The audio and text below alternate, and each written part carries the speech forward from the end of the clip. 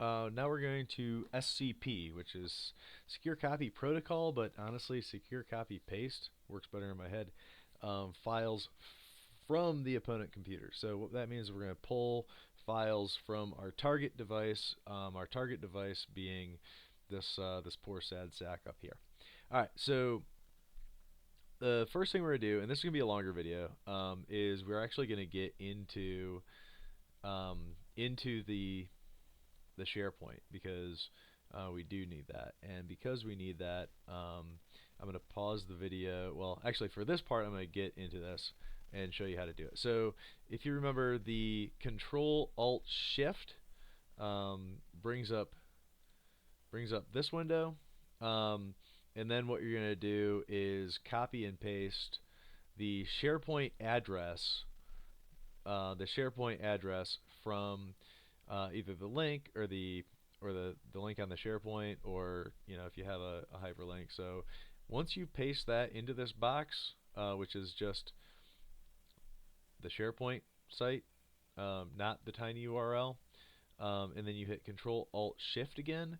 Now, if you come up to the URL bar and Control V, it will show up. Now it's going to ask me to sign in through my teacher email, and if you don't have a image of Pittsburgh back here, then you're not going to be able to sign in. But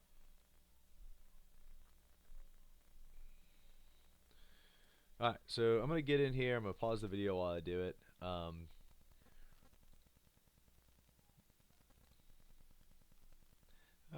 So now that we're in our SharePoint through Cyber Tactics Fest in the PPS SharePoint, we're going to go things.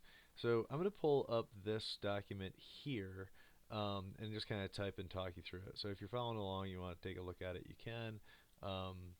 But I'm going to be using Terminal to do this, so I need to make that a little bit bigger.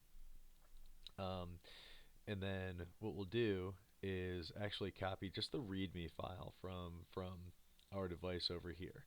So in order to do that, what we're going to do is open up a new terminal, so Control-Alt-T, get our new terminal going, and that seems ridiculously large. Yeah, you need to shrink you down. I don't need a terminal that is that large. Alright, so once again, I do everything like, well, you don't need to do this. So technically I shouldn't be teaching you just to do everything from root, so I won't. So what you're going to do is you're going to SCP, and then you're going to do the agent again, and then you're going to do the @ symbol again, and you need to make sure that you have the IP address, which I believe this one is 10.15.111.117. So 10.15.111. That's funny. I think I said 117. I meant 177. Anyway. Alright, so now what we're going to do is add in, because it's not SSH. We're going to add in a colon here to tell what we're going to copy. So we're going to put a tilde or an ish symbol, so shift, and then the symbol that's right before the 1 on your keyboard in space. So that's just telling us from the home directory, then desktop, and then the README. And where we want to put that is on our machine. We're going to go from the home directory. We want to put that in our downloads. We hit enter, and it says, do you want to do this? We can't guarantee that they are who they say they are. And I say that's fine, and then agent is my password, and it says voila, 100%. So now from my Kali machine, I can do this a couple of ways. I can do the, I can do the ls cd downloads dance and see there's a README file in here, or I can just go here and say, all right, well, what is this?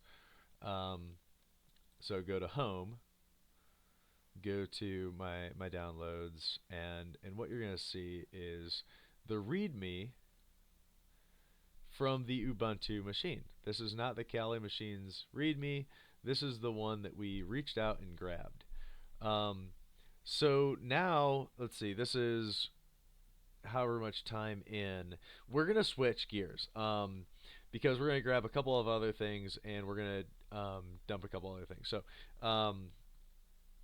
the next thing we need to do is do the same thing with this SCP hash and Johnny passwords list, because this is how you're going to actually get the flag for this. So you're going to have to do the same exact thing by pulling the, not the README, but the Johnny passwords list and the SCP hash down.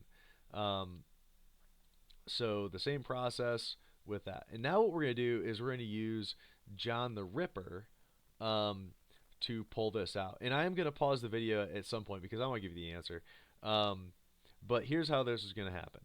So what we're going to do is I'm going to actually pull both of these onto my desktop because it's easier for me that way. I'm going to get back into my Kali machine, and now this one I am going to do from root. So typically when you're using a Kali machine, it's done in root because realistically you want the full privileges of the machine. Now, I don't know if there's a manual for John, but we're going to find out. Yeah, there it is. So if you want to see the manual for John, if this is what you're going to be doing, we'll be covering this in much more extensive detail later. But John is just a fantastic tool for password guessing. So we're going to quit out of there. So we're going to do John the easy way, which is using a word list. And so now what we're going to do is we have to get to our desktop in order to open this up. So we're going to ls and we'll see, okay, we'll need a desktop. So we're going to cd into our desktop. And maybe I can spell desktop. Press up, hit tab, press enter, and clear out mistakes. And now what we're going to do is we're going to use John the Ripper to extract the flag. So what we're going to do is we're first going to say, John, that's all you need to do to run the program. This is the simple program. This is not like the verbose one that we'll cover later. So we're going to write John, and then I know the format that I put this in. So the format that I put this in is the MD5 format. But in order for John to get this, and you can see the hash right here. So if I click this, that is the hash. And if you remember from hash hounds, that looks an awful lot like an MD5 hash. So that's a raw MD5 hash. It's not salted or anything like that. So we're gonna say format is raw MD5. And then we are going to space and we're going to give it a word list. The word list, and we established as, and make sure the spelling, or the, not just the spelling, but the capitalization is critical here. So Johnny password list.txt. And now I'm going to pause the video and see if I get this thing to run. Alright, so after a little bit of troubleshooting, the absolute dumbest possible solution. So basically what I did was I looked at what I was saying, and if you see the thing I put in here was John, and I gave it a format, and I gave it the password list, and I hit enter, and it said, yeah, well, what are you trying to crack here, buddy? And so I didn't have anything, so what I had to do is just literally add the file that I was trying to crack.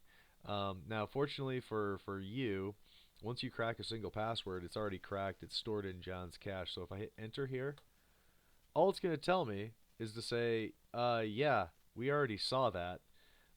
If you do it the first time, it'll tell you what the flag is. But I decided to leave it like this because that way you're going to have to find your own flag and submit your own flag. So good luck. This is using the word list with John the Ripper, and it's a very simple word list. As you see, I created the word list, and it only has 100 options, which I felt like was just a couple of too many for you to go through and just manually brute force them. So here are the potential flags, and the MD5 hash of the actual flag of the flag of the string is this. So you're gonna use John the Ripper to grab that, and I'm gonna quit talking, as I should have done about 5 minutes ago.